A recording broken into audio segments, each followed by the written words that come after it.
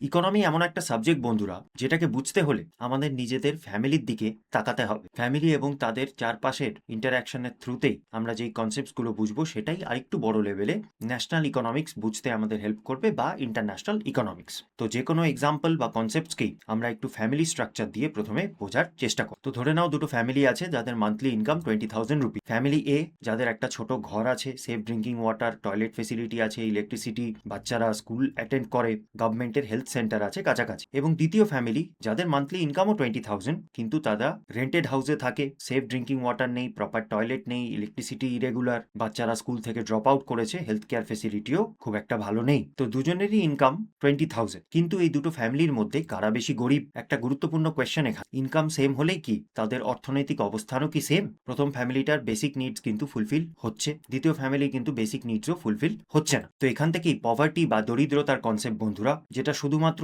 ইনকামের উপরে কিন্তু নির্ভরশীল নয়, সেই ইনকামটা কিসের উপরে খরচা হচ্ছে, কিভাবে মানুষ সেই ইনকামের উপরে জীবনযাপন করছে, সেটার উপরেও নির্ভরশীল। তো welcome to another video on Indian economy series বন্ধুরা। আজকে আমাদের আলোচ্য বিষয় হচ্ছে পভার্টি বা দরিদ্রতা। আচ্ছা, তো পভার্টি কি জিনিস চলো একবার একটু বুঝে নিই। ট্রেডিশনাল ভিউ পভার্টিকে সবসময় ল্যাক অফ ইনকাম হিসাবেই দেখতো, যার জন্য যারা লো ইনকাম ফ্যামিলি বা ইন্ডিভিজুয়াল রয়েছে তাদেরকে নিয়ে চর্চা হতো, তাদের ইনকাম কিভাবে বাড়ানো যায়, তাদের কনজাম্পশন অর্থাৎ কিসে তারা খরচা করছে, তাদের বেসিক নিডস ফুলফিলমেন্টের দিকে, সেগুলো নিয়ে চর্চা করা হতো। বাট এই অ্যাপ্রোচে কিন্তু আমরা পভার্টির সাথে এফেক্টিভলি ডিল করতে পারিনি। আমরা এটা বুঝলাম যে শুধুমাত্র ইনকাম একটা ফ্যামিলির ডেপ্রিভেশন অর্থাৎ তারা কি কি থেকে বঞ্চিত হচ্ছে সেটা দর্শায় না। তাই জন্য মডার্ন ভিউ এলো, যেখানে দরিদ্রতা যাচাই করা হয় একটা ফ্যামিলি বেসিক নিডস থেকে কতটা বঞ্চিত রয়েছে সেটার ভিত্তিতে। So poverty is about deprivations in essential aspects of life. মানুষের একটা অর্থপূর্ণ জীবনযাপন করার জন্য যেই সমস্ত সুযোগ বা সুবিধার প্রয়োজন, সেগুলো থেকে যদি সে ডিপ্রাইভ থাকে, বঞ্চিত থাকে, তাহলে সে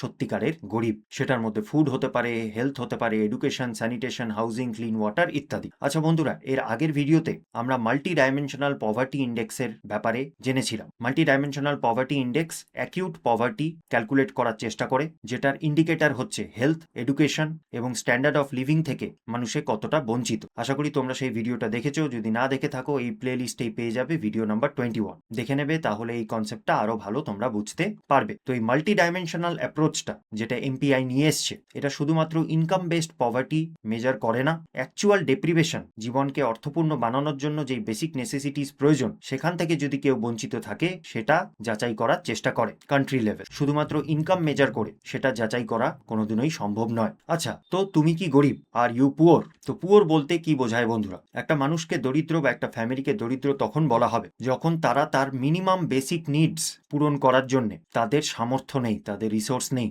এই মিনিমাম বেসিক নিডস প্রয়োজন একটা মোটামুটি স্ট্যান্ডার্ড অফ লিভিং মেনটেন করার জন্য। তো একজন ব্যক্তি বা ফ্যামিলির যদি এই মিনিমাম স্ট্যান্ডার্ড অফ লিভিং বা মিনিমাম বেসিক নিডস ফুলফিল করার যদি সামর্থ্য না থাকে, তাহলে তাকে গরিব হিসাবে ধরা হবে। এখন ইন্ডিয়াতে ট্রেডিশনালি পভার্টিকে এভাবেই মেজার করা হয়েছে, গভর্নমেন্টের দ্বারা একটা minimum standard of living prescribe করে দেওয়া হয়েছে। যারা সেই মিনিমাম স্ট্যান্ডার্ড অফ লিভিং এর নিচে পড়ছে তাদেরকে গরিব হিসাবে ধরা হয়। এই মিনিমাম স্ট্যান্ডার্ড অফ লিভিংকে একটা ইমাজিনারি লাইন, যেটাকে গরিবী রেখা বা পভার্টি লাইন বলা হয়, সেটার মাধ্যমে মেজার করা হয় আমাদের দেশে কতজন গরিব রয়েছে।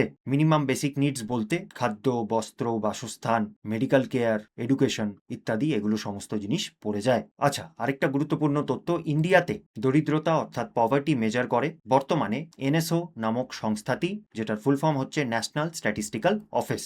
এটা খেয়াল রাখবে, শিওর শর্ট 1 মার্কসের কোয়েশ্চেন পেয়ে যাবে। তো যদি তোমরা যে কেউ মিনিমাম বেসিক নিডস ফুলফিল করতে না পারছো, তাহলে তোমাদের গরিব হিসাবে ধরা যেতে পারে। আচ্ছা, পভার্টির টাইপস এবারে আমরা আলোচনা করব, কি কি টাইপের পভার্টি হতে পারে। তো টাইপস অফ পভার্টিকে বিভিন্ন ভাবে ক্লাসিফাই করা যায়। স্ট্যান্ডার্ড অফ লিভিং এর ভিত্তিতে যদি ক্লাসিফাই করি, তাহলে দুটো টাইপের পভার্টি, একটাকে বলে অ্যাবসলিউট পভার্টি, আরেকটাকে বলে রিলেটিভ পভার্টি। দ্বিতীয়ত, বেসড অন পার্সোনাল পারসেপশন, মানে ব্যক্তির নিজস্ব কি মতামত, সে কি ধনী না দরিদ্র, সেটার ভিত্তিতেও পভার্টিকে বোঝা যেতে পারে, ওটাকে বলে সাবজেক্টিভ পভার্টি। এবং তৃতীয়ত, based on duration or origin, কতদিন ধরে সে গরিব, সেই ভিত্তিতে ক্লাসিফাই করলে দাঁড়াচ্ছে সিচুয়েশনাল পভার্টি বা জেনারেশনাল পভার্টি। এক এক করে আমরা সবই বুঝবো এই ভিডিওতে। তাহলে প্রথম classification of poverty based on standards হচ্ছে অ্যাবসলিউট পভার্টি। নামটা থেকেই বুঝতে পারছো, অ্যাবসলিউট অর্থাৎ সমস্তভাবেই সে গরিব, সমস্ত সমীক্ষা বা ইন্ডিকেটরের দিক থেকে দেখতে গেলে সে কিন্তু গরিব, অ্যাবসলিউট পভার্টি। তো এটার ফর্মাল ডেফিনেশন হচ্ছে আ condition in which a person lakhs the income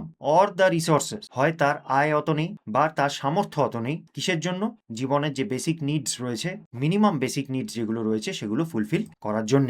এই মিনিমাম বেসিক নিডস যাচাই করার জন্য প্রত্যেকটা দেশই একটা পভার্টি লাইন, দরিদ্র রেখা ডিফাইন করে দেয়। ওটার মধ্যে কিছু ক্রাইটেরিয়া থাকে যে তুমি এতটা ক্যালোরি যদি দিনে না নিতে পারছো বা এতটা খরচা যদি দিনে না করতে পারছো, তাহলে তুমি বিলো পভার্টি লাইন ধরা হবে। তো এই পভার্টি লাইনটা দেশ টু দেশ, ইভেন অঞ্চল টু অঞ্চল ভ্যারি করে। তো পভার্টি লাইনের ভিত্তিতে আমরা দুটো ক্যাটাগরিতে পপুলেশনকে ডিভাইড করি। প্রথমটা হচ্ছে যারা অ্যাবাভ পভার্টি লাইন, অর্থাৎ এই মিনিমাম বেসিক স্ট্যান্ডার্ডটা তারা অ্যাফোর্ড করতে পারছে, এবং যারা তার নিচে রয়েছে তাদেরকে বলে বিলো পভার্টি লাইন বা বিপিএল, যারা এই মিনিমাম বেসিক স্ট্যান্ডার্ড অফ লাইফটা অ্যাফোর্ড করতে পারছে না। নেক্সট আমরা বুঝবো রিলেটিভ পভার্টি কাকে বলে। রিলেটিভ কথাটার মানে তুলনামূলকভাবে। তো রিলেটিভ পভার্টি বলতে তুলনামূলকভাবে সে দরিদ্র রয়েছে। আচ্ছা বন্ধু, ধরো একটা সোসাইটিতে 4টে ফ্যামিলি রয়েছে। 4টে ফ্যামিলির ইনকাম 4 রকম। তো এই 4টে ফ্যামিলির মধ্যে কে তুলনামূলকভাবে গরিব হলো? গ্রাফটা দেখলেই তোমরা বুঝতে পারবে। যেই ফ্যামিলির 1 লাখ টাকা পার মান্থ বা পার ইয়ার ইনকাম, সে কিন্তু বাকিদের তুলনায় গরিব। তো এখানে একটা কম্প্যারিজনের ব্যাপার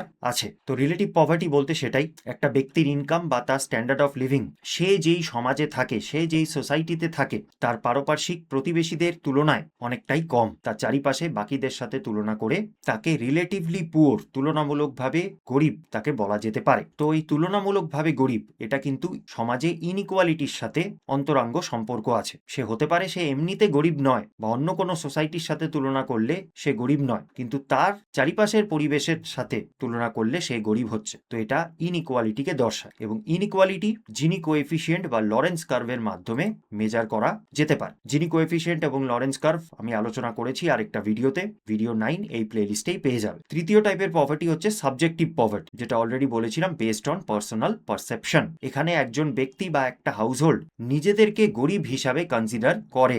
ওন পারসেপশন, তাদের মনে হয় তাদের যে ইনকাম আছে বা সামর্থ্য আছে সেটা তাদের নিডসের জন্য সাফিসিয়েন্ট নয়। পুরোটাই সেলফ অ্যাসেসমেন্টের উপরে নির্ভরশীল। ক্লাসেও যখন 40-50 জন স্টুডেন্ট আছে, আমি তাদেরকে যখন জিজ্ঞেস করি তোমাদের মধ্যে কাদের কাদের মনে হয় যে তোমরা গরিব, অলমোস্ট সবাই কিন্তু হাত ওঠায়। এখন আমিও জানি সবাই নিজেকে দরিদ্র হিসাবে ক্লেম করলেও তাদের মধ্যে লিভিং স্ট্যান্ডার্ড বা ইনকামের কিন্তু অনেকটাই তফাৎ আছে, কিন্তু সবারই নিজেদেরকে মনে হয় যে তারা গরিব। অর্থাৎ তাদের হিসাবে, তাদের দৃষ্টিকোণ থেকে যেগুলো তাদের নিডস তারা ফুলফিল করতে পারছে না, তাই জন্য নিজেদেরকে তারা গরিব মনে করছে। এটার একটা হাস্যকর এক্সাম্পল হচ্ছে অনিল কাপুর স্যারের ছেলে হর্ষবর্ধন কাপুর। উনি একবার ফেমাসলি মিডিয়াতে ক্লেম করেছিলেন যে উনি এতটাই গরিব যে উনাকে সেকেন্ড হ্যান্ড ল্যাম্বরগিনি কিনতে হচ্ছে, উনি ফার্স্ট হ্যান্ড ল্যাম্বরগিনি অ্যাফোর্ড করতে পারছেন না, এবং সেটা নিয়ে তিনি টুইটারে বিক্ষোভ প্রকাশ করেছিলেন। তো টুইটারের জনতাও কম যায় না, তারা আবার টুইটারে একটা ফান্ড ক্যাম্পেইন স্টার্ট করেছিল যাতে তাকে এই গরিবি থেকে মুক্তি দিতে পারে। তো এরকম গরিবি যেন সবার কপালে থাকে, এটাই আমরা প্রার্থনা করে এবার আমরা বুঝবো নেক্সট টাইপ অফ পভার্টি, যেটা হচ্ছে সিচুয়েশনাল পভার্টি। সিচুয়েশন বলতে পরিস্থিতিগতভাবে। তো সিচুয়েশনাল পভার্টি বলতে এমনিতে তারা গরিব নয়, কিন্তু কোনো পরিস্থিতি হঠাৎ করে চলে এসছে যাতে তারা গরিব হয়ে গেছে। একটা সাডেন শক বা আনএক্সপেক্টেড ইভেন্ট তাদের জীবনে হয়েছে, যার জন্য তারা গরিবি রেখার নিচে চলে এসছে, বা আগে যেমন ছিল তার থেকে গরিব হয়ে গেছে। সেটা কি জন্য হতে পারে? যদি সেই ফ্যামিলিতে যে আয় করত, সেই ফ্যামিলির যে ব্রেড আর্নার, সে যদি হঠাৎ করে অসুস্থ হয়ে যায় বা মারা যান, বা হঠাৎ করে যদি জব লস হয়ে যায়, কোনো প্রাকৃতিক দুর্যোগের যদি তারা শিকার হয়ে যায়, বা যদি ডিভোর্স হয়ে যায়। তো এই সমস্ত পরিস্থিতির জন্য সেই ব্যক্তিটি বা সেই ফ্যামিলিটা দরিদ্রতার সম্মুখীন হয়েছে। হ্যাঁ, মোটামুটি এটা একটা টেম্পোরারি সিচুয়েশন, কিছুদিন সময় বা কিছু সহায়তা ইনাদেরকে দিলে তারা এই গরিবি থেকে বেরোতেও পারবে। এটাই ছিল situational poverty. Next type of poverty হচ্ছে জেনারেশনাল পভার্টি। জেনারেশন বলতে বংশানুক্রমে, অলরাইট, খানদানি গরিব যাদেরকে বলে, তারাই হচ্ছে এই জেনারেশনাল পভার্টি ফেস করছে। এটাকে ইন্টার জেনারেশনাল পভার্টিও বলা হয়। নামটা থেকেই বুঝতে পারছো এটা তারা উত্তরাধিকারে পেয়েছে। এমন দরিদ্রতা যেটা একটা ফ্যামিলিতে দুটো বা তার বেশি জেনারেশন ধরে চলে যাচ্ছে, দুটো বা তার বেশি জেনারেশন দরিদ্রতার থেকে, পভার্টি থেকে বেরোতেই পারছে না। মানে চলতি কথায় দাদু গরিব ছিল, বাবাও তাই জন্য গরিব, আবার ছেলেও তাই জন্য গরিব। একটা ভিশিয়াস সাইকেল অফ পভার্টিতে এই ফ্যামিলিটা ফেসে গেছে। তো এটা কেন হয়? দেখো, যদি একটা ফ্যামিলি দরিদ্র থাকে তাহলে কি হবে? তারা তাদের পরের জেনারেশনের জন্য ভালো কোয়ালিটি এডুকেশন অ্যাফোর্ড করতে পারবে না। ভালো কোয়ালিটির এডুকেশন অ্যাফোর্ড করতে পারবে না বলে তাদের মধ্যে লো স্কিলস থাকবে, সাধারণত সেটা ধরা যেতে পারে। এবারে সেই লো স্কিলসের জন্য আইদার তারা এমপ্লয়মেন্ট পাবেই না, বা পেলেও খুব লো পেইং এমপ্লয়মেন্ট পাবে, খুব একটা রোজগার করতে পারবে না। এমপ্লয়মেন্ট যদি লো পেইং হয় তাহলে যথারীতি লো ইনকাম তাদের হবে, এবং যার জন্য তারা গরিব ছিল, গরিবই থাকবে। এই চক্রভিউ থেকে জেনারেশন পর জেনারেশন এই ফ্যামিলিটা বেরোতেই পারছে না। তখন আমরা বলবো যে এই ফ্যামিলিটা suffering from generational poverty. Poverty. তো বন্ধুরা মনে রাখবে, উত্তরাধিকারে শুধুমাত্র ধনদৌলত দেওয়া যায় না, উত্তরাধিকারে কিন্তু গরিবিও দেওয়া যেতে পারে। তাহলে এগুলো ছিল বিভিন্ন টাইপের পভার্টি যেগুলো আমরা সমাজে দেখতে পাই। তবে একটা গুরুত্বপূর্ণ প্রশ্ন এখানেও, সবাই যারা গরিব তারা কি একই টাইপের গরিব? All poor people poor in the same way? আমরা দেখলামই বিভিন্ন টাইপের পভার্টি বিভিন্ন কারণের জন্য, এবং ইন্টেন্সিটি অফ পভার্টি অর্থাৎ গরিবির হার সবার জন্য কিন্তু সেম নয়। যদি একটা ফ্যামিলি নিজেদের বেসিক নিডস ফুলফিল করতে পারছে না, তাহলে সেই ফ্যামিলিটা অ্যাবসলিউট পভার্টিতে রয়েছে। যদি একটা ফ্যামিলি তাদের পারপার্শ্বিক সমাজের তুলনায় কম সাধন তাদের রয়েছে, তাহলে তারা রিলেটিভ পভার্টিতে সাফার করছে। যদি একটা ফ্যামিলি তাদের ব্রেড আর্নার অর্থাৎ যিনি আয় করেন তাকে যদি হারায়, তাহলে সেই ফ্যামিলিটা সিচুয়েশনাল পভার্টি ফেস করছে। এবং যদি একটা ফ্যামিলি 3 জেনারেশন ধরেই দরিদ্রতার কবলে ফেসে আছে, তাহলে সেই ফ্যামিলিটা জেনারেশনাল পভার্টি সাফার করছে। আবার একজন অ্যাক্টর যার ইনকামের অভাবে তাকে সেকেন্ড হ্যান্ড ল্যাম্বরগিনি কিনতে হচ্ছে, সেও কিন্তু এক প্রকার দরিদ্রতা ফেস করছে, যেটাকে বলে সাবজেক্টিভ পভার্টি। তো বুঝতেই পারছো বন্ধুরা, পভার্টি বা দরিদ্রতা বিভিন্ন কারণের জন্য হতে পারে, এবং এদের মধ্যে সবচেয়ে সিরিয়াস টাইপের পভার্টি, যেটাতে বিশেষ করে গভর্নমেন্টের ইন্টারভেনশনের প্রয়োজন আছে, সরকারি সহায়তার প্রয়োজন আছে, সেটা হচ্ছে অ্যাবসলিউট পভার্টি। আমাদের ইন্ডিয়াতে সরকারের তরফ থেকে যারা অ্যাবসলিউটলি পুয়ার, তাদের জন্য বিভিন্ন স্কিম, প্রোগ্রামস বা পলিসিজ আনা হয়, যাতে তারা গরিবী রেখার নিচে থেকে তাদের সমাজে উন্নতি হয়। আর আরেকটা গুরুত্বপূর্ণ পয়েন্ট, একজন ব্যক্তি বা একটা ফ্যামিলি কিন্তু এই এতগুলো ক্যাটাগরি অফ পভার্টির মধ্যে মাল্টিপল ক্যাটাগরিতে কিন্তু সে পড়তে পারে। যে অ্যাবসলিউটলি পুয়ার সে কিন্তু জেনারেশনালি পুয়ারও হতে পারে, যে রিলেটিভলি পুয়ার সে কিন্তু সাবজেক্টিভলিও পুয়ার হতে পারে। তো এই ক্যাটাগরিগুলোকে সবসময় ক্লিয়ারলি সেপারেট করা যায় না, তবে গভর্নমেন্ট ফোকাস করে অ্যাবসলিউট পভার্টির উপর। আচ্ছা, তো এবার এই অ্যাবসলিউট পভার্টিতে যারা রয়েছে তাদেরকে হেল্প করার জন্য কি প্রয়োজন হবে? সবার প্রথমে তো মাপতে হবে অ্যাবসলিউট পভার্টি বলতে কি বোঝায় এবং কতজন অ্যাবসলিউট পভার্টিতে রয়েছে, এবং নিশ্চয়ই গরিবের মধ্যেও গরিব আছে। তো সবচেয়ে বেশি সহায়তার কাদের প্রয়োজন? গভর্নমেন্টকে এগুলো নির্ধারণ করে তারপর তাদের নীতি নির্ধারণ করতে হবে। তো চলো দেখা যাক কিভাবে গভর্নমেন্ট এই অ্যাবসলিউট পভার্টি মেজার করে, মেজার্স অফ অ্যাবসলিউট পভার্টি।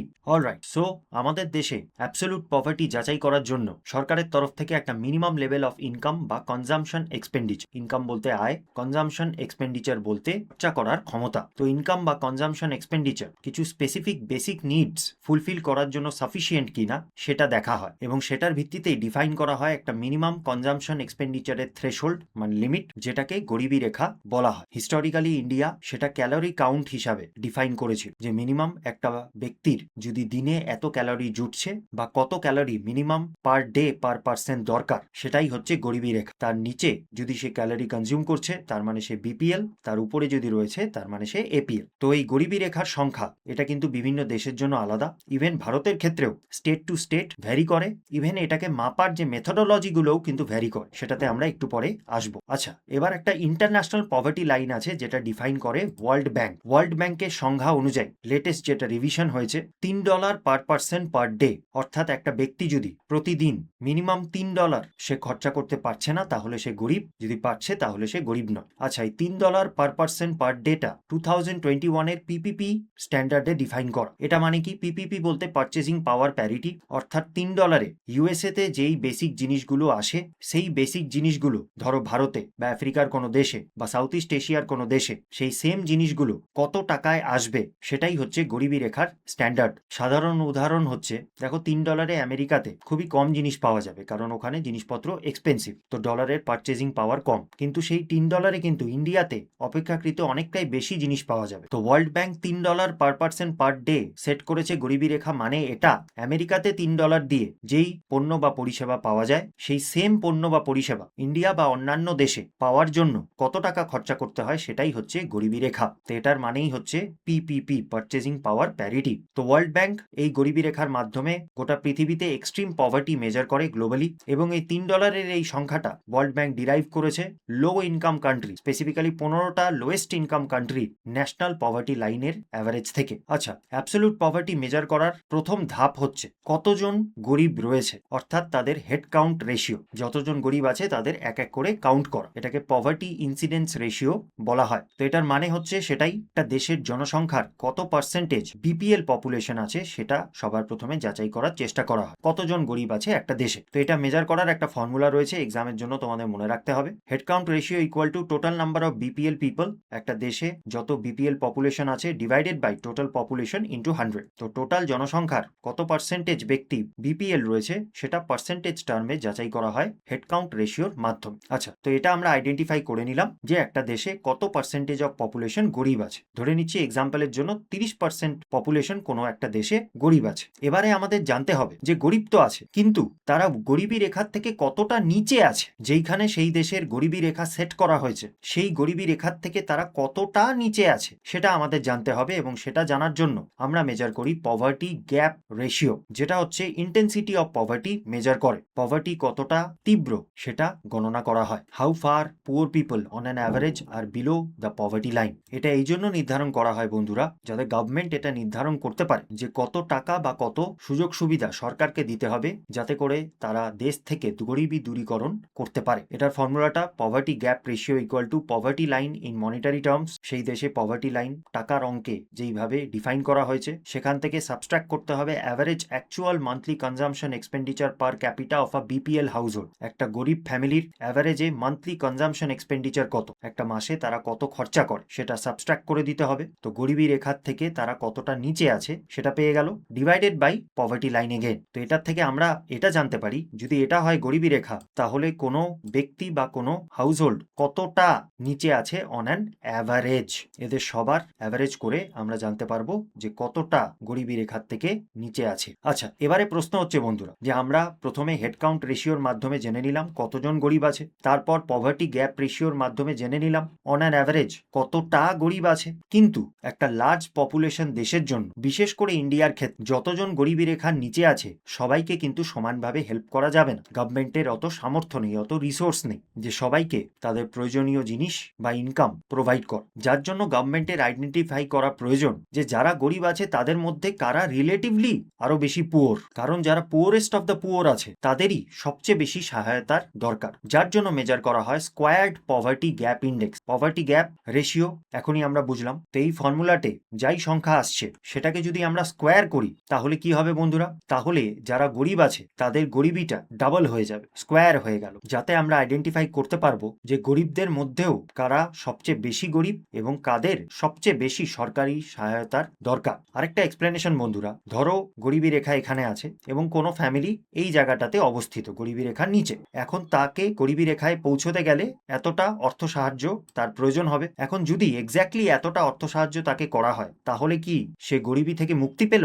না বন্ধুরা, সে গরিবী রেখাতে পৌঁছলো, সে পভার্টি লাইনে পৌঁছলো, সে কিন্তু তখনও গরিব থাকবে। এখন তাকে গরিবীর থেকে মুক্তি দেওয়ার জন্য তাকে অর্থ সাহায্য করতে হবে তার ডাবল, যাতে সে গরিবী রেখা অতিক্রম করে অ্যাবাভ পভার্টি লাইন যেতে পারে। তো স্কোয়ার্ড পভার্টি গ্যাপ ইন্ডেক্স সরকার এই জন্য ব্যবহার করে, প্রথমত তো যারা পুয়ারেস্ট অফ দ্য পুয়ার তাদেরকে আইডেন্টিফাই করার জন্য, এবং দ্বিতীয়ত সেই পুয়ারেস্ট অফ দ্য পুয়ারকে কতটা সাহায্য করতে হবে যাতে তারা গরিবী থেকে মুক্তি পায় সেটা নির্ধারণ করার জন্য। তো তাহলে আরেকবার ক্রোনোলজিটা বুঝিয়ে দিচ্ছি বন্ধুরা। গরিবী দূরীকরণ তোমাকে ধরো করতে বলেছে, তুমি একটা ডিস্ট্রিক্টের ম্যাজিস্ট্রেট, তোমাকে সরকার থেকে একটা টাস্ক দেয়া হলো যে আমাদের কিছু গরিবদের জন্য সুযোগ সুবিধা, কিছু যোজনা রয়েছে, আপনি সেটাকে ইমপ্লিমেন্ট। তোমার হাতে প্রথম টাস্ক কি হবে? প্রথমত তো কারা গরিব, এমনি জিজ্ঞেস করলে তো সবাই গরিব, সবাই সরকারি সহায়তা চাইবে, যার প্রয়োজন নেই সেও চাইবে, যার অতি প্রয়োজন তার কাছে পৌঁছানোর চান্সই কম। তো সবার প্রথম টাস্ক হচ্ছে যে কারা গরিব, তার জন্য তোমাকে একটা পভার্টি লাইনের ডেফিনেশন বানাতে হবে, বা সরকারের তরফ থেকে সেটা বানানো হয়।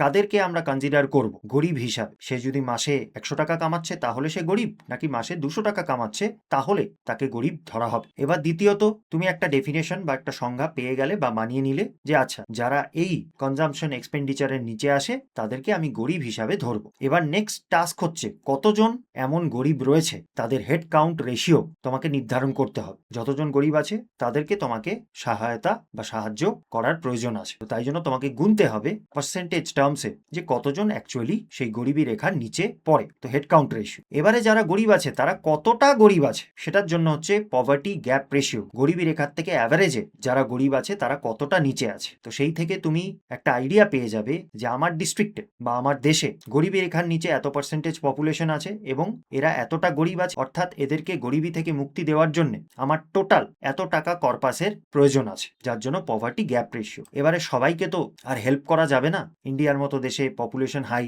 তো গরিবীও প্রচুর হাই। তো এবার স্কোয়ার্ড পভার্টি গ্যাপ ইন্ডেক্সের মাধ্যমে এটা নির্ধারণ করতে হবে যে গরিবের মধ্যেও কারা রিলেটিভলি বা পুয়ারেস্ট অফ দ্য পুয়ার আছে তাদেরকে সবার আগে আইডেন্টিফাই করে সহায়তা করো। বাকিরা যারা হয়তো গরিবী রেখার থেকে অল্প নিচে আছে, হতে পারে অ্যাবসলিউট পভার্টির সাথে তারা কিছু সিচুয়েশনাল পভার্টিতে রয়েছে, অর্থাৎ সাডেনলি কোনো একটা ইভেন্ট হয়েছে যার জন্য তারা গরিবী রেখার নিচে চলে গেছে, কিন্তু একটু সময় পেলে তারা আবার নিজেদেরকে রিকভার করে ফেলে। তো তাদের তো অতটা সহায়তার প্রয়োজন নেই। কিন্তু যারা একেবারে নিচে তলিয়ে গেছে তাদেরকে ওঠানোর জন্য সরকারি সুবিধাগুলো একটা টার্গেটেড ভাবে তাদের কাছে পৌঁছানো দরকার, যাতে তারা অ্যাবসলিউট পভার্টি বা জেনারেশনাল পভার্টি থেকে তারা বেরোতে পারে। তো বুঝতেই পারছো এই সমস্ত মেজার্স অফ অ্যাবসলিউট ইনকামের মধ্যে লিঙ্কেজটা কোথায়। এবারে বন্ধুরা কি কি মেজারমেন্ট আছে সেগুলো আমরা জেনে নিলাম। নেক্সট আমরা জানবো যে অ্যাকচুয়ালি গ্রাউন্ড লেভেলে এই অ্যাবসলিউট পভার্টি মাপা কিভাবে হয়, methods to estimate absolute poverty. তো অ্যাবসলিউট পভার্টিকে মাপার তিনটে টাইপের মেথড আছে। প্রথমটাকে বলে হচ্ছে ইউনিফর্ম রেফারেন্স বা রিকল পিরিয়ড ইউআরপি,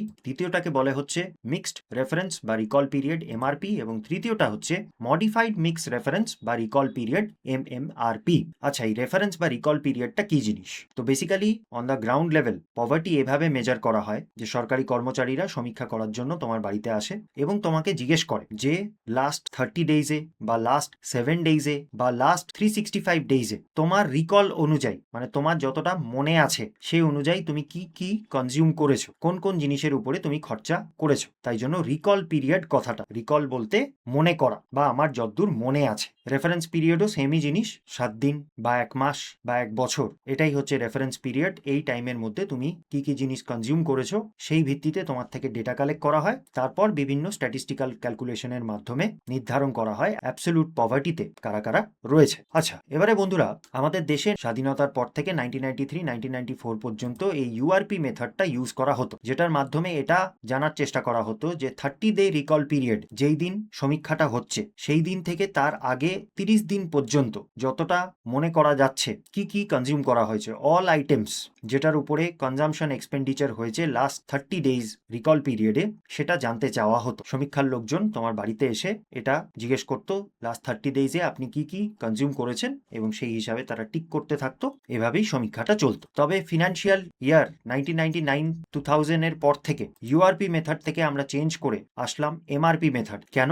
কারণ যখন ইউআরপি মেথডে এটা জিজ্ঞেস করা হতো যে আপনি লাস্ট 30 ডেজে কত আইটেম আপনি কনজিউম করেছেন, একটা ফ্যামিলি বা একটা মানুষ তো অনেক কিছু কনজিউম করে, তো এরকম জেনারেল টাইপের প্রশ্ন জিজ্ঞেস করা যে আপনি কি কি কনজিউম করেছেন বলুন, মানে সাবান থেকে টিভি আপনি কি কনজিউম করেছেন বলুন, তো সেটা বলতে গিয়ে অবভিয়াসলি একটু অসুবিধা হতো। তাই জন্য আরেকটু স্পেসিফিক ভাবে প্রশ্ন করা হতো যে আপনি 5টা নন ফুড আইটেম আপনি লাস্ট 1 বছরে কি কি কনজিউম করেছেন, এবং তার সাথে বাকি অন্যান্য আইটেম লাস্ট 30 ডেজে আপনি কি কনজিউম করেছেন। নন ফুড আইটেম বলতে কি কি, যেমন clothing, footwear, education, durable goods বা ইনস্টিটিউশনাল মেডিকেল কেয়ার। তো এই 5টা নন ফুড আইটেম যেটা সাধারণত মানুষে কনজিউম করে থাকে, সেটা লাস্ট 365 ডেজে কি কি কনজামশন করা হয়েছে এগুলো বাদ দিয়ে অন্য জিনিস লাস্ট 30 ডেজে কি কি কনজিউম করা হয়েছে, এটা জানতে চাওয়া হতো এমআরপি মেথডের আন্ডার। এবং বর্তমানে আমাদের ভারতে এই এমআরপি মেথডটাই ইউজ হচ্ছে। এভাবে করেই গরিবী সমীকরণ সমীক্ষা করা হয়। তবে আরো আরেকটা বেটার মেথড এক্সপেরিমেন্টাল স্টেজে আছে, যেটাকে বলে এমএমআরপি মেথড, অর্থাৎ modified mixed reference period method. তো এটাতে কি হয়, কনজামশন এক্সপেন্ডিচারকে 3টে ক্যাটাগরিতে ভাগ করা হয়। প্রথমটা হচ্ছে সেই 5টা নন ফুড আইটেমস, অর্থাৎ এগুলো লাস্ট 365 ডেজে কোনগুলো কনজিউম করা হয়েছে। দ্বিতীয়ত edible oil, egg, fish, meat, fruits and vegetables, spices, beverages and refreshments, processed foods, paan, tobacco এবং ইনটক্সিকেন্টস কি কি কনজিউম করা হয়েছে লাস্ট 7 ডেজে, এটা জিজ্ঞেস করা হয়। তার সাথে আবার থার্ড ক্যাটাগরি, প্রথম দুটো ক্যাটাগরি বাদ দিয়ে অন্য কোনো ফুড আইটেম, ফুয়েল বা light miscellaneous goods and services কি কি কনজিউম করা হয়েছে লাস্ট 30 ডেজে, সেটা জিজ্ঞেস করা হয়। তো ইউআরপি মেথডে একদম ব্ল্যাঙ্কেট জিজ্ঞেস করে নেওয়া হতো কি কি কনজিউম করেছেন লাস্ট 30 ডেজে বলুন, তাতে মানুষে অনেক কিছু ঠিক করে বর্ণনা করতে পারতো না। তার জন্য নিয়ে আসা হলো এমআরপি মেথড, যেটাতে দুটো ক্যাটাগরিতে ভাগ করা হলো 5টা নন ফুড আইটেম আর রিমেনিং আইটেমস। এবং এটার থেকেও বেটার মেথড এমএমআরপি মেথড, যেখানে 3টে ক্যাটাগরিতে জিজ্ঞেস করা হয় যে আপনি লাস্ট 365 বা লাস্ট 7 ডেজ বা লাস্ট 30 ডেজে কি কি কনজিউম করেছে। তো এমআরপি মেথডটা কারেন্টলি ইউজ করা হয়, এবং এই এমএমআরপি মেথডটা ভারতে সময় সময় ট্রাই করা হয়েছে। প্রথমবার এমআরপি মেথডের সাথেও এমএমআরপি বেসড পভার্টি এস্টিমেশন করা হয়েছিল ইন দ্য ফিনান্সিয়াল ইয়ার 2009-10 এবং তার পরের বছর 2011-12। দুটো মেথডেই মাপা হয়েছিল, এমআরপি মেথড এবং এমএমআরপি মেথড, এবং দুটোর মধ্যে কম্প্যারিজন করা হয়েছিল। তারপর রঙ্গারাজন কমিটি বসানো হয়েছিল। সেই রঙ্গারাজন কমিটিও তার 2014-এর রিপোর্টে এমএমআরপি মেথডটা ইউজ করার জন্য রেকমেন্ডেশন করেছিল। ইভেন ওয়ার্ল্ড ব্যাংকও 2015-এ এটাকে সমর্থন জানিয়েছে এবং ঘোষণা করেছে যে পভার্টি এস্টিমেশন এমআরপি মেথড থেকে বেরিয়ে আমাদের এমএমআরপি মেথডে চলে যাওয়া উচিত। তবে ইন্ডিয়াতে এখনো পুরোপুরি এটা ইমপ্লিমেন্ট হয়নি। আমরা এখনো এমআরপি মেথড অর্থাৎ মিক্সড রেফারেন্স পিরিয়ডেই আমরা এখনো পভার্টি এস্টিমেশন করে যাচ্ছি। ভবিষ্যতে নিশ্চয়ই কারেন্ট অ্যাফেয়ার্সের পাতায় তোমরা পড়বে যে গভর্নমেন্ট কোনো বিল নিয়ে এসছে বা গভর্নমেন্ট কোনো প্রকল্প নিচ্ছে যেখানে আমরা এমআরপি মেথড থেকে এমএমআরপি মেথডে শিফট করতে চলেছি। তো কারেন্ট অ্যাফেয়ার্স কোনো কিছুই নতুন না। যদি স্ট্যাটিক পোর্শন নিয়ে তোমার একটা স্ট্রং ফাউন্ডেশন থাকে তখন কারেন্ট অ্যাফেয়ার্স জাস্ট 1 কি 2 লাইনের আপডেট, যেটা হেডলাইন্সে দেখার সাথে সাথে তোমার মাথায় রেজিস্টারও করবে, আরে আমি তো এটা জানি, দেখি তো কি হয়েছে। এবং সেটা পড়লে তুমি আইডেন্টিফাই করতে পারবে যে নতুন এক্স্যাক্টলি কি হয়েছে। কারণ অনেক সময় পেপারের পাতায় আর্টিকেল লম্বা করার জন্য অনেক কিছু আনুষঙ্গিক লিখে দেয় যেটা এক্সামের জন্য রেলেভেন্ট। এবং তৃতীয় অ্যাডভান্টেজ হচ্ছে দীর্ঘদিন তোমার মনেও থাক। স্ট্যাটিক ভালো করে পড়ো তাহলে কারেন্ট অ্যাফেয়ার্স অনেক ইজি লাগে। এনিওয়ে, সো পভার্টি এস্টিমেশন এই তিনটে মেথডের দ্বারা করার কি কি অ্যাডভান্টেজেস বা ডিসঅ্যাডভান্টেজেস রয়েছে সেটা আমরা একবার দেখে নেব। তো বন্ধুরা, এটা দেখা গেছে যখন কনজাম্পশন এক্সপেন্ডিচার অর্থাৎ একটা পরিবার কত খরচা করছে সেটা যখন মাপা হয় ইউআরপি মেথডের মাধ্যমে ভার্সেস এমএমআরপি মেথডের মাধ্যমে, তো ইউআরপি মেথডে মান্থলি কনজাম্পশন এক্সপেন্ডিচার সবচেয়ে কম আসে। কেন? লাস্ট 30 ডেজে আপনি কিসে কিসে খরচা করেছেন বলুন। সেরকম যদি হঠাৎ করে তোমাকে কেউ বাড়িতে এসে জিজ্ঞেস করে, তুমিও 4-5টার বেশি হয়তো সেরকম বলতে পারবে না, বা মেজর আইটেমে তুমি যেটা খরচা করেছো সেগুলোতে বলতে পারবে, কিন্তু নিত্য প্রয়োজনীয় জিনিস তোমার মনে থাকবে না। তাই জন্য সমীক্ষার রেজাল্ট কি আসবে? যে তুমি খুব কম কনজাম্পশন করেছো। কিন্তু এমএমআরপি মেথডে যখন ক্যাটাগরিক্যালি তোমাকে জিজ্ঞেস করা হবে এই 5টা নন ফুড আইটেমে কত খরচা করেছেন, তারপর এই আইটেমগুলোতে কত খরচা করেছেন, তারপর এই আইটেমগুলোতে কত খরচা করেছেন, তখন তুমি আরেকটু বেটার বলতে পারো। যার জন্য এমএমআরপি মেথডে তোমার কনজাম্পশন এক্সপেন্ডিচার অনেকটা বেশি বা অনেকটা অ্যাকুরেট প্রকাশ হওয়ার সম্ভাবনা রয়েছে। তাই জন্য এই তিনটে মেথডের ভিত্তিতে যখন আমরা পভার্টি এস্টিমেশন লাগাই তখন দেখা যায় ইউআরপি মেথডে সবচেয়ে বেশি পভার্টি দেখা যায়। যেহেতু মানুষে ঠিক করে নিজেদের কনজাম্পশন এক্সপেন্ডিচার বলতে পারে না, তাই জন্য তাদের কনজাম্পশন এক্সপেন্ডিচার কম আসে, যার জন্য পভার্টি এস্টিমেশনে অনেক বেশি সংখ্যার মানুষকে দেখায়। যেখানে এমএমআরপি মেথডে যেহেতু মানুষকে স্পেসিফিক্যালি জিজ্ঞেস করা হয় তার জন্য তাদের কনজাম্পশন এক্সপেন্ডিচার সবচেয়ে বেশি আসে, যার জন্য পভার্টি এস্টিমেশনে অপেক্ষাকৃত অনেক কম সংখ্যা আসার সম্ভাবনা রয়েছে। এখন বন্ধুরা, গভর্নমেন্টের লক্ষ্য কি? গোটা ইকোনমিক সাবজেক্টটাই বন্ধুরা এই প্রিন্সিপালের উপরে আধারিত যে it is the science of scarcity, অর্থাৎ যত রিসোর্স প্রয়োজন সবাইকে হ্যাপি করার জন্য অত তো আমাদের কাছে নেই। একটা ফ্যামিলির ক্ষেত্রেও এটা সত্য। পরিবারে তোমাদের যা নিডস আছে, আমাদের যা নিডস আছে, সেটা ফুলফিল করার জন্য যত সাধন প্রয়োজন সবারই তার থেকে কম আছে, যে যেই লেভেল অফ ইনকামেই থাকুক না কেন। তাই জন্য কি সরকারের পক্ষে সবাইকে তো সহায়তা করা তো সম্ভব হবে না। যার জন্য বের করতে হবে যাদের অ্যাকচুয়াল সহায়তার দরকার বা সবচেয়ে বেশি সহায়তার তাদের প্রয়োজন, সেই সংখ্যাটা যতটা কম হবে অত ভালো।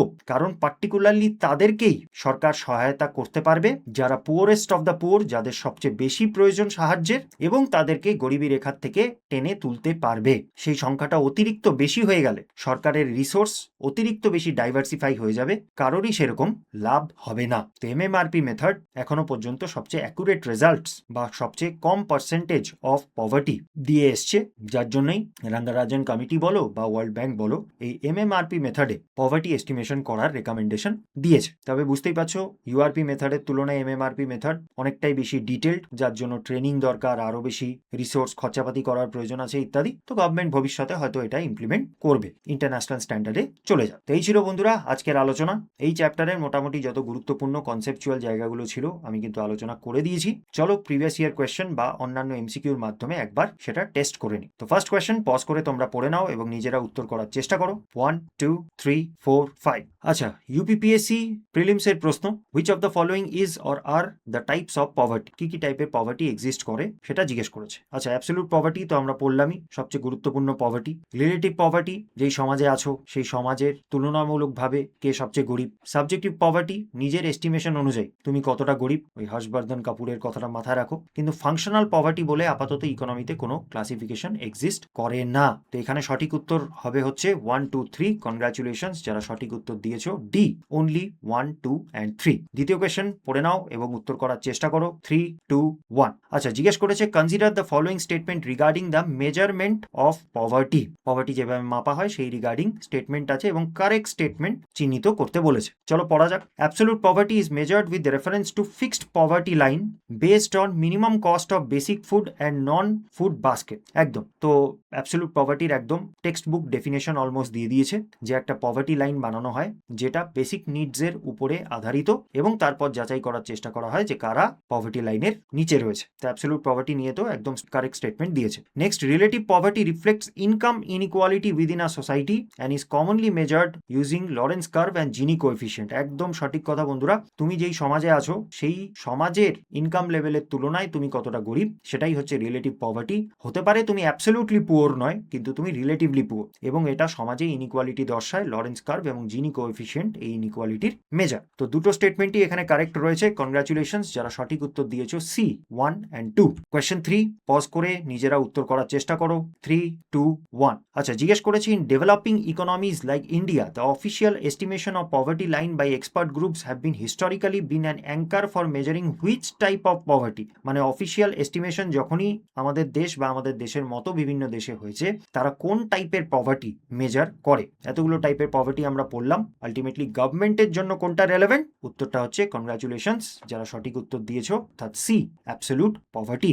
নেক্সট কোয়েশ্চেন জিজ্ঞেস করেছে 5, 4, 3, 2, 1। A household purchased a refrigerator 8 months ago। 8 মাস আগে একটা রেফ্রিজারেটর পারচেস করা হয়েছে। During a consumption expenditure survey which method is most likely to capture this expenditure. তো রেফ্রিজারেটর একটা হচ্ছে ডিউরেবল গুড বন্ধুরা। তো এই ডিউরেবল গুড দুটো মেথডে মেজার করা হয় আলাদা করে। একটা হচ্ছে এমআরপি মেথড আর একটা হচ্ছে এমএমআরপি মেথড, লাস্ট 365 ডেজ রিকল পিরিয়ডের জন্য। তো এখানে তাই জন্য সঠিক উত্তরটা হবে সি। কনগ্রাচুলেশন যারা সঠিক উত্তর দিয়েছো। বোথ এমআরপি অ্যান্ড এমএমআরপি মেথডে এই রেফ্রিজারেটরটা কাউন্ট করা হবে যেটা 8 মাস আগে পারচেস করা হয়েছে। অলরাইট, নেক্সট কোয়েশ্চেন পড়ে নাও। 3, 2, 1। আচ্ছা, জিজ্ঞেস করেছে why may poverty estimates calculated using MMRP method be lower than estimates calculated using URP method. অর্থাৎ ইউআরপি মেথড দিয়ে যদি পভার্টি এস্টিমেশন করা হয় সেটা অনেকটা বেশি হবে, আর এমএমআরপি মেথড দিয়ে পভার্টি এস্টিমেশন করলে অনেকটা কম হবে। তো এটা এখনই তোমাদের বোঝালাম বন্ধুরা। এমএমআরপি মেথডে এক তো টাইম পিরিয়ডটা অনেকটা শর্ট, বিশেষ করে যেগুলো নিত্য প্রয়োজনীয় জিনিস সেগুলোর জন্য শর্ট, এবং আইটেম স্পেসিফিক প্রশ্ন জিজ্ঞেস করা হয়। আপনি এক্স্যাক্টলি এটা কনজিউম করেছেন, ওটা কনজিউম করেছেন ইত্যাদি, যার জন্য কি হয় এক্স্যাক্টলি কি কি কনজিউম করা হয়েছে সেটার অনেক বেটার ডেটা, অনেক বেটার বা অনেক অ্যাকুরেট আনসার পাওয়া যায়, যার জন্য কনজাম্পশন এক্সপেন্ডিচার হাই হয় এবং পভার্টি অনেকটা লো হয়। তো কনগ্রাচুলেশন যারা এখানে সঠিক উত্তর করেছে, অর্থাৎ সি শর্টার এবং আইটেম স্পেসিফিক রিকলের জন্য এমএমআরপি মেথডে পভার্টি এস্টিমেশন সবচেয়ে লো হয়, বেটার অ্যাকুরেসির সম্ভাবনা আছে। এবং কোয়েশ্চেন 6 এটা তোমাদের জন্য ছেড়ে দিলাম, পজ করে তোমরা পড়ে নাও এবং কমেন্ট সেকশনে উত্তর করবে। এই প্রশ্নটা আমি ফার্স্ট কমেন্টেও দিয়ে দেবো, পিন্ড করা থাকবে সেই কমেন্টটা, সেটার নিচে তোমরা উত্তর করতে পারো। তো বন্ধুরা, এই ছিল আজকের discussion on the chapter poverty. Measure conceptual জায়গাগুলো অলরেডি আমি আলোচনা করে দিলাম। আশা করি তোমাদের এই আলোচনাটা ভালো লেগেছে। ভিডিওটা ভালো লাগলে অবশ্যই লাইক করবে, বন্ধুদের সাথে শেয়ার করবে এবং আমার চ্যানেলটাকে সাবস্ক্রাইব করবে। কমেন্টে যেগুলো জিজ্ঞেস করলাম সেগুলো উত্তর করবে। তার সাথে সাথে এমন কোনো টপিক যেটা তোমাকে প্রচন্ড কনফিউজ করে, বুঝতেই পারছো না, সেটা লিখতে পারো, আমি সেটার উপরেও ভিডিও নিয়ে আসবো। আজকের জন্য এতটুকুই, দেখা হচ্ছে নেক্সট ভিডিওতে।